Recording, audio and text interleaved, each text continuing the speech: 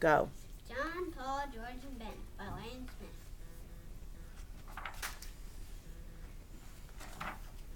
Once there were 4 lads, John, Paul, George, and Ben.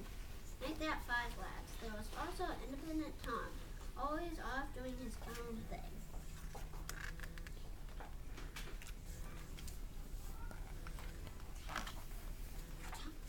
John was a bold lad. At the start of every school year, the students were asked to write their names on the chalkboard. And every year it was the same story. John, his teacher said, would say, you have lovely penmanship and your confidence. John, your confidence is refreshing. But John, come on. We don't need to read it from space. It says John Hancock.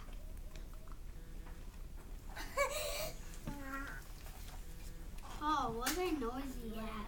This is the funnest chapter. Before fun was invented, people joined bell ringing clubs.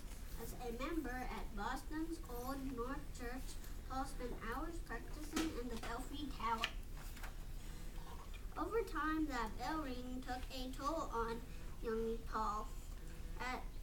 All day, his head was filled with loud bings and bongs. He had to practically scream just to hear himself talk. Now that's fun around the belfry, but not at work. Extra large underwear, sure we have some. Let's see, large, extra large. Here they are. Great big extra large underwear. Your wig, yes, it's coming. And your polka dot shirts are coming. And your print breeches are coming. I never heard of that before. It took many years and a midnight ride for people to finally appreciate his special talent. The redcoats are coming. Everyone except that big underwear lady. She was still mad. Wasn't honest lad. One day, he took his shiny new hatchet and chopped down his family cherry tree. When his father discovered the tree, he asked, "Son, do you know who killed this beautiful little cherry tree?"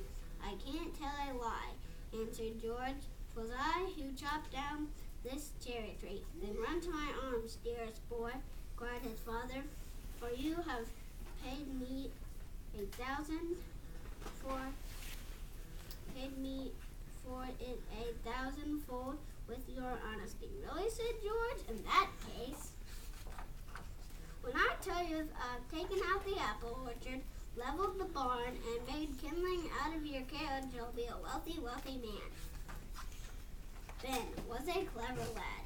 Not only did he have a saying for every situation, he generously shared them with everyone, anywhere, at any time. Fish and visitors stink after 3 days. That's his cousin who broke all of his toys.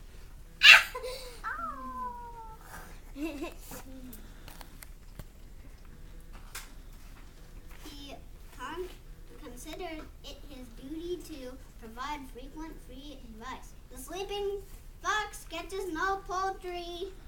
Those who enter quarrels interpose must often wipe a bloody nose. If your head is waxed, don't walk in the sun. 3 can keep a secret if 2 of them are dead." The townsfolk were so taken by his generosity, they came up with the saying, especially for Ben, "Please shut your big yap."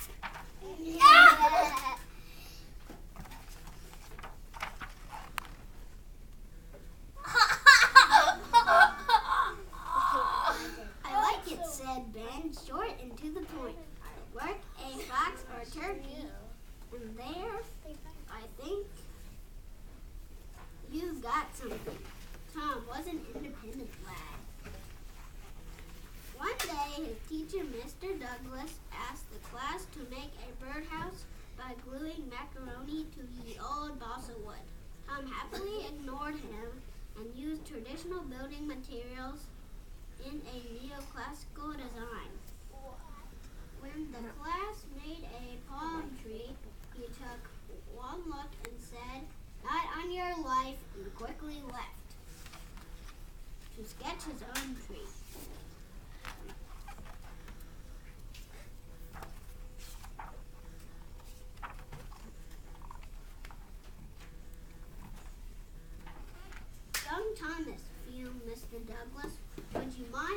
explaining to the class why you insist on working so independently? Certainly, said Tom.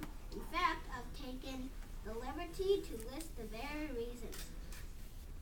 Fear not, sir. I've used small words for the benefit of the dullard. Tom learned the power of his words that day. Mr. Douglas told him to pursue all the life, liberty, and happiness he wanted. Independently in the corner, the other students pursued lunch. The rest is history. Say you want a revolution?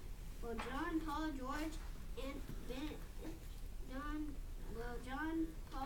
George, Ben, and Tom sure did. In April of 1775, they got one.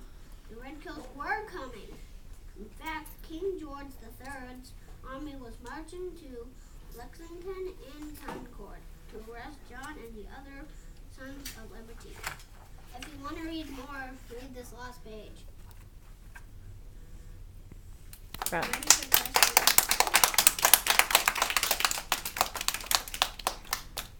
I'm ready for questions. Vincent. My sister did a report about John Paul Jones. Okay. Viveka. Is that a library book or not? That's mine. It is an library book. Georgia. Is that a true story? No. I forgot to read the epilogue.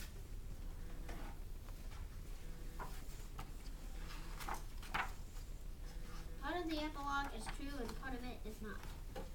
The ye old epilogue. George didn't live in a White House like all the other presidents. He was asked to live in New York City. He lived in New York City, that's true, where there aren't so many trees, and that is not true.